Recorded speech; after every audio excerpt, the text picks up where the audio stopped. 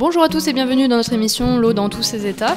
Nous parlons cette semaine du projet européen Life Plus Lac Nature qui vise à créer un réseau d'espaces naturels sur le littoral en Languedoc-Roussillon. Donc véritable interface entre terre et mer, les lagunes et les dunes méditerranéennes accueille une diversité d'habitats et d'espèces remarquables tant au niveau de la flore que de la faune, reconnu d'intérêt écologique majeur au niveau européen. Ce projet représente 2,5 millions, donc financé à 50% par l'Europe et les autres partenaires financiers qui sont l'Adréal, la région, le Conseil général ainsi que l'Agence de l'eau.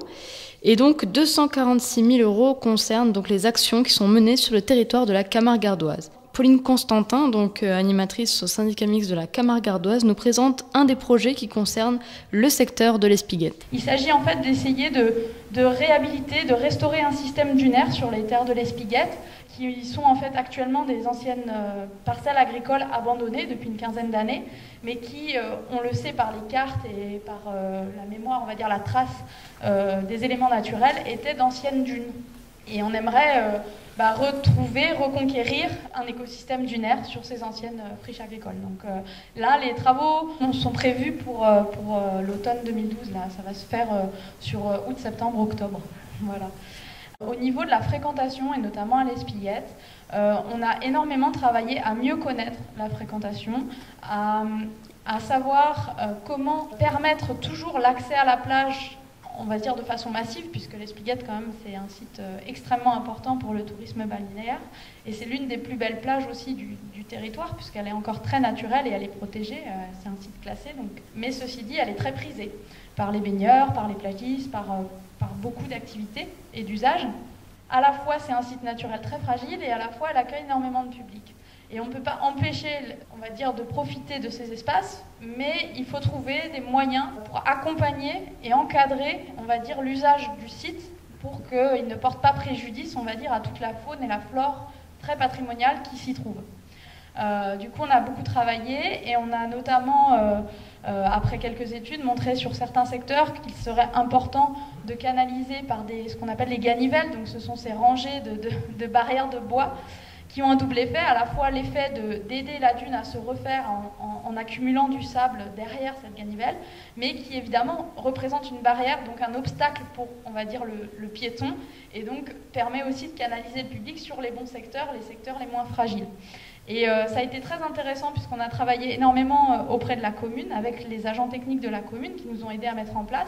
Et on l'a fait sous forme de chantier bénévole avec des jeunes volontaires. Ça a été des demi-journées extraordinaires, avec une très forte implication des enfants et une compréhension de leur part des milieux naturels et de la protection qu'il fallait mettre en place.